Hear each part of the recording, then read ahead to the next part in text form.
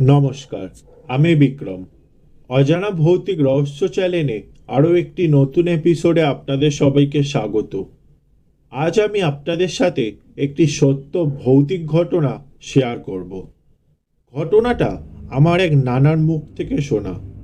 তিনি আমাকে ঘটনাটা বলেছিলেন। সেই ঘটনাটার সত্যতা যাচাই করার জন্য আমি সেখানে পৌঁছাই। ঘটনাটা একটি ভুতুড়ে বাড়ির গল্প। রাজধানীর ধানমন্ডি এলাকায় অবস্থিত এই বাড়িটি। ওই বাড়ির সত্যতা যাচাইয়ের জন্য সেই বাড়ির ঠিকানায় হাজির হলাম। বাড়িটি আগে থেকেই চিনতাম, তাই খুঁজে পেতে খুব বেশি ঝামেলাও পোহাতে হয়নি। ঝামেলাটা হলো বাড়ির ভুতুড়ে গল্প আদৌ সত্য কিনা সেটা জানতে গিয়ে। বাড়ির পাশের চায়ের দোকানের মামা থেকে শুরু করে বাড়ির দরওয়ানের প্রতিটি কথাই ছিল রহস্য। তাদের কথা শুনে প্রসঙ্গ এড়িয়ে যাওয়ার কৌশলে আঁচ করতে পেরেছি সত্য ঘটনা। বাড়ির ভাড়াটিয়ার আত্মহত্যা। এই বাড়িতে ভাড়া থাকা প্রায় সব ভাড়াটিয়াই বিভিন্ন অদ্ভুত বা ভুতুড়ে কাণ্ড কারখানার সম্মুখীন হয়। অনেক সময় গভীর রাতে, প্রায় রাত 1-2টোর দিকে বাড়ির ফ্ল্যাটের বারান্দায় রাখা দোলনাটাই কাউকে দুলতে দেখা যায়। ঘটনাটি দেখেছেন এমন লোকের সংখ্যা খুবই কম। এছাড়াও বাড়ির রুমে অনেক সময় নাকি গভীর রাতে কারা যেন হইচই করে, কিন্তু তৎক্ষণাৎ রুমে গেলেও কাউকে দেখা যায় না।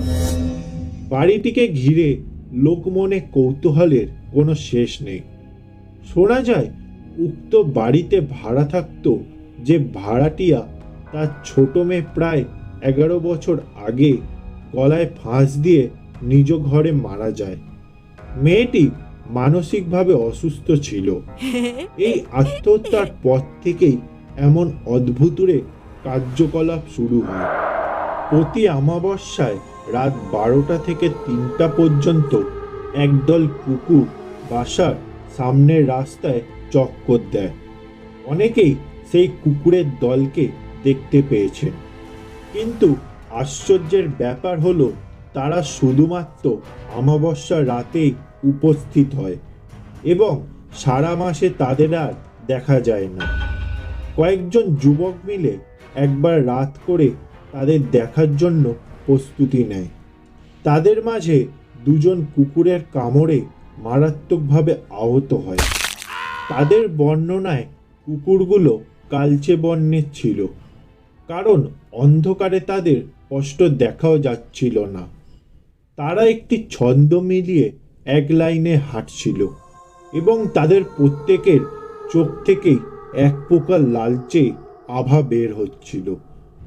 ঘরময় হাটে হলুদ কাপড় পরে কেউ যেন রাত 12টার পর একজন মহিলা হেঁটে যায়, যার পরনে থাকে লাল পাড় একটি হলুদ শাড়ি। সে কোথা থেকে আসে এবং কোথায় যায় তা আজ পর্যন্ত কোনো ভাড়াটিয়াই শনাক্ত করতে পারেননি। অনেক ভাড়াটিয়াই নাকি বউটিকে দেখেছে। মেঝেতে জমে রক্ত লাল পানি, বেশ অবাক হয়েছি শুনে। ওই ফ্ল্যাটের ফ্লোরে নাকি পানি জমত। তাও শুধু পানি হলে এক কথা ছিল, যে পানি জমত সেগুলো ছিল লাল রক্তের মতো। ফ্ল্যাটের মালিক পক্ষ অনেকবার মেঝে ঠিকঠাক করে দিলেও বন্ধ হতো না সেই পানি। শুধু মেঝেতেই পানি জমার সমস্যা নয়, ছিল বিদ্যুৎ বিভ্রান্তেরও সমস্যা। এতক্ষণ যে বাড়ি নিয়ে এত গল্প হলো, সেই বাড়ির প্রতিটি ফ্ল্যাটে কিন্তু এমন ঘটনা ঘটে না। ঘটেছে শুধুমাত্র একটি ফ্ল্যাটকে ঘিরে। সেই ফ্ল্যাটে এখন আর কোনো ভাড়াটিয়াই থাকে না। মালিক পক্ষ এখন আর সেই ফ্ল্যাট ভাড়া দেন না।